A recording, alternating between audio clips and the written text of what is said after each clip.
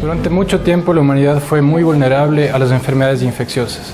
Sin embargo, a partir del desarrollo de la primera vacuna contra la viruela, se han logrado cambios importantes en la morbimortalidad de los seres humanos.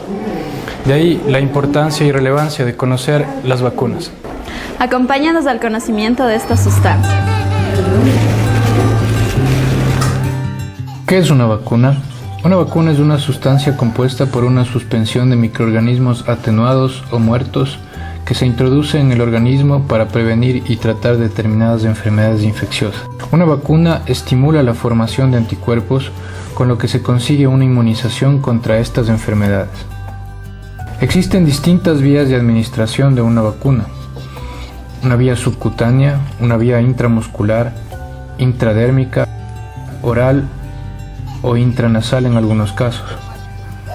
Algunos ejemplos de administración de vacunas subcutáneas son la triple vírica, varicela, polio, fiebre amarilla, fiebre tifoidea. Vacunas de administración intramuscular como la hepatitis A, hepatitis B, neumocócica conjugada. Intradérmicas como la BCG o la de la rabia. Vía oral como la polio o el rotavirus. A continuación, explicaremos el esquema de vacunación familiar aplicado por el Ministerio de Salud Pública en nuestro país, en aquellos niños menores de 1 año hasta 5 años. En aquellos niños menores de 1 año, las vacunas a ser aplicadas son las siguientes. Vacuna BCG, cuya dosis recomendada es de 0.05 a 0.1 milímetros en una sola dosis única en el recién nacido dentro de las primeras 24 horas. También tenemos la vacuna para hepatitis B, con una sola dosis intramuscular para el recién nacido dentro de las primeras 24 horas de vida. Tenemos la vacuna del rotavirus, con un total de 2 dosis a los 2 meses y a los 4 meses, por vía oral. También tenemos la vacuna para el poliovirus oral, cuya administración se realiza por 2 gotas en 3 dosis, a los 2, 4 y 6 meses. La vacuna pentavalente, cuya dosis recomendada es de 0.5 mililitros y su vía de administración es intramuscular, a los 2, 4 y 6 meses. La vacuna para el neumococo conjugada, con un total de 3 dosis a los 2, 4 y 6 meses. De los 12 a 23 meses, en el periodo de la niñez, tenemos la vacuna DPT, destinada a combatir a los microorganismos productores de la difteria, tétanos y tosferina, de administración intramuscular, y que se aplica 1 año después de la tercera dosis de la vacuna pentavalente, correspondiendo a la 4ª dosis de la misma. Tenemos la vacuna antipoliomielítica, de administración oral, y que se aplica de igual forma 1 año después de la tercera dosis de antipolio. Tenemos la vacuna SRP1, destinada a combatir sarampión, rubiola y parotiditis, de administración subcutánea y que se aplica a los 12 meses, al año de vida. Además, la fiebre amarilla. Esta vacuna de administración subcutánea se aplica a los 12 meses de vida. Destinada a combatir la varicela, tenemos la vacuna que se aplica de forma subcutánea a los 15 meses. Para aquellos casos de influenza estacional, se aplica la vacuna trivalente pediátrica, de administración intramuscular frente al primer contacto. De los 24 a los 35 meses, también la influenza estacional trivalente pediátrica frente al primer contacto, y de los 36 a los 59 meses. Finalmente, a los 5 años de edad se aplica la vacuna DT, de administración intramuscular en una dosis de 0.5 ml.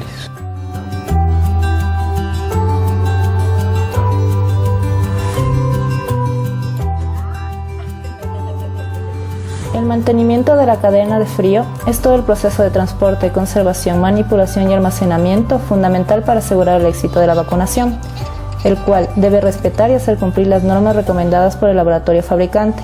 Se debe realizar en contenedores especiales que garanticen la temperatura estable de conservación durante todo el trayecto. Deben quedar registrados en los siguientes datos: fecha de salida, lugar de destino, tipo de vacunas y presentación, cantidad de dosis, fecha de caducidad y lotes. Recursos materiales, almacenamiento frigorífico. Debe estar conectado a la red general eléctrica de forma directa mediante enchufe de fuerza y con toma de tierra. Debe disponer del sistema de alarma de un generador eléctrico de emergencia para casos de desconexión, avería o corte del suministro eléctrico. Debe disponer de un termostato que mantenga la temperatura ideal entre más 2 grados centígrados y 8 grados centígrados y el congelador entre menos 15 a menos 25 grados centígrados. En el exterior de la puerta debe colocarse aviso no abrir y no desconectar, teléfonos de contacto, fax y correos electrónicos de los responsables con los que se contaría en caso de ruptura de la cadena de frío, hoja de registro de las temperaturas máximas y mínimas, protocolo de actuación de la cadena de frío. Cajas o contenedores isotérmicos. El material utilizado es de poliestireno expandido. Tienen que ser compactos, sólidos, aislados y herméticos. Mantienen el frío durante el transporte y permiten almacenamiento en caso de avería eléctrica del frigorífico. Tiene la propiedad de conservar el frío aproximadamente entre 2 y 6 días. Portavacunas. Reservado para cuando se transportan mínimas cantidades de vacunas y en un trayecto corto, desde el punto de vacunación hasta el lugar de la administración. Su capacidad oscila entre 12 y 36 horas. Termógrafos. Miden la temperatura de forma continua y automática. Las mediciones quedan registradas en gráficas de papel, permiten conocer los cambios de temperatura sufridos en el interior del refrigerador. Recursos humanos. El personal sanitario es la parte principal del complejo proceso de la cadena de frío. En todo punto de vacunación debe existir un profesional responsable y un sustituto que pueda asumir su rol, cuando sea oportuno por necesidad del servicio. Ambos tienen que tener una amplia formación en la cadena de frío y ser referentes del resto del personal. Además, todos los profesionales que pertenezcan al programa de vacunación deben conocer no solo la técnica de administración, sino todo el proceso de almacenamiento, conservación, estabilidad y pautas de actuación frente a la ruptura de la cadena de frío.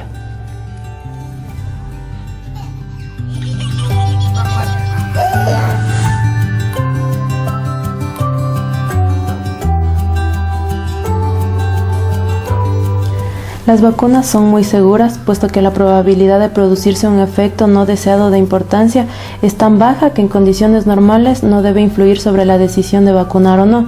Sin embargo, sí existen algunos efectos adversos que son habituales tras haber recibido una vacuna y la mayoría son leves y transitorios y se limitan a dolor pasajero e hinchazón. La hinchazón, enrojecimiento o tumefacción en el lugar de la punción es una reacción pasajera y se puede tratar con la aplicación de una compresa fría. En ocasiones, y sobre todo tras la vacunación frente a la tosferina, puede aparecer un bulto duro en el sitio de punción, el mismo que desaparecerá espontáneamente al cabo de varios días. Casi todas las vacunas pueden producir fiebre, pero ocurre con más frecuencia después de la triple vírica y la DTP.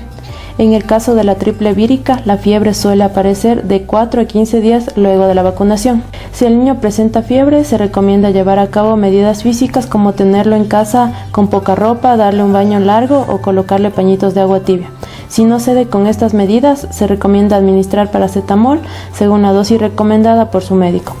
Dolor muscular, irritabilidad, cefalea, vómito, diarrea, erupción cutánea, adenopatía generalizada son reacciones que se presentan en menos del 10% de pacientes vacunados. Otras reacciones como absceso en el sitio de punción, llanto persistente, parálisis flácida, síndrome de Guillain-Barré, parálisis facial, meningitis, convulsiones son reacciones muy raras y mucho menos frecuentes que las producidas por la propia enfermedad que protegemos.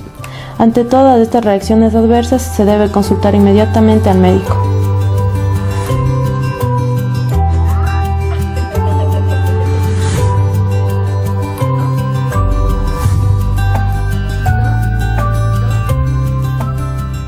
La principal contraindicación absoluta es una reacción alérgica o anafiláctica a una dosis previa de la vacuna o a sus componentes. Esta reacción se va a manifestar como una irritación de la piel y mucosas, urticaria, eritema, prurito, compromiso respiratorio, congestión nasal, rinorrea, estornudos, náusea, vómito, diarrea, dolor abdominal, cefalea, hasta pérdida de la conciencia y problemas cardíacos. Entre las contraindicaciones relativas están el embarazo y la inmunosupresión, ya sea por enfermedades como el SIDA o el cáncer o por tratamientos que disminuyan la inmunidad. Otra contraindicación relativa es cualquier enfermedad aguda, severa o febril que se presente con alza térmica mayor a 39 grados centígrados. La contraindicación específica de la vacuna BCG: recién nacido con peso menor a 2.000 gramos o lesiones cutáneas generalizadas. Contraindicación específica de la vacuna de la fiebre amarilla: niños menores de 6 meses de vida.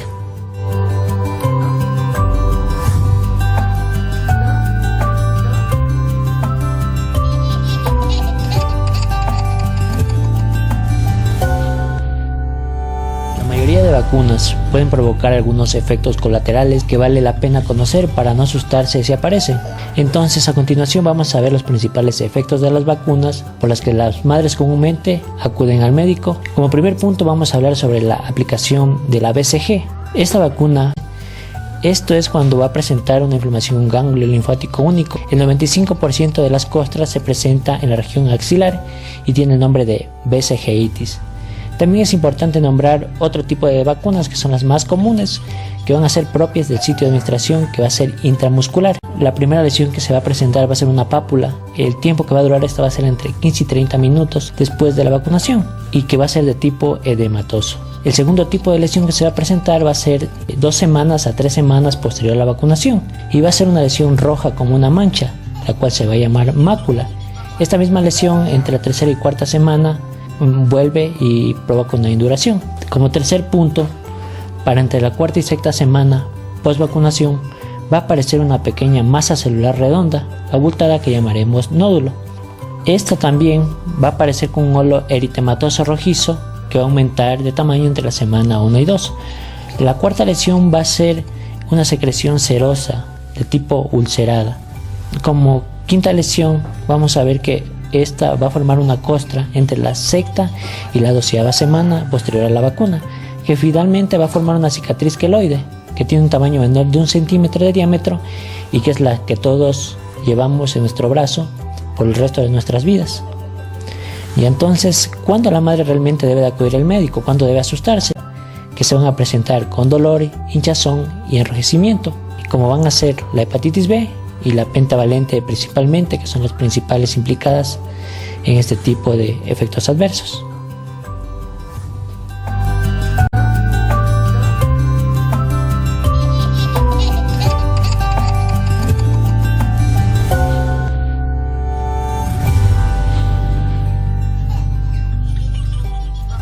Los cuidados posteriores incluyen los cuidados inmediatos, la vigilancia de efectos adversos y los registros.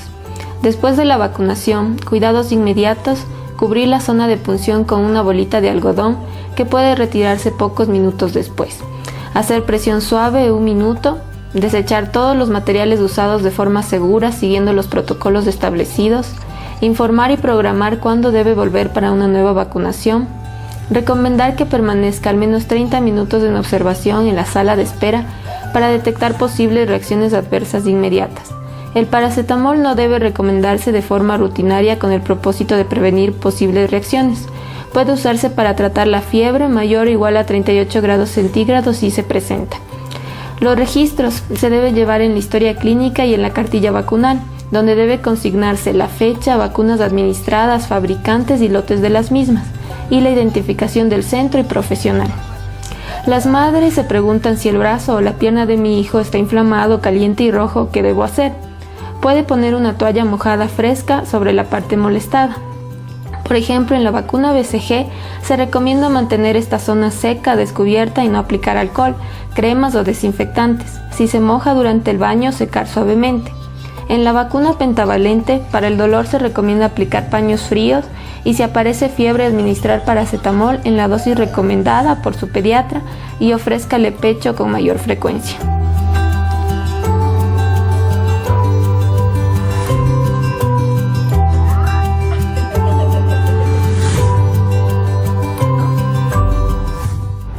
De esta manera, el Ministerio de Salud Pública ha creado el programa ampliado de vacunación, el cual permite la prevención de enfermedades provocadas por los gérmenes que estamos combatiendo. Recuerda que al vacunar a los niños desde los 0 hasta los 5 años de edad, estás ayudando a su desarrollo intelectual, inmunológico y personal. Gracias por acompañarnos.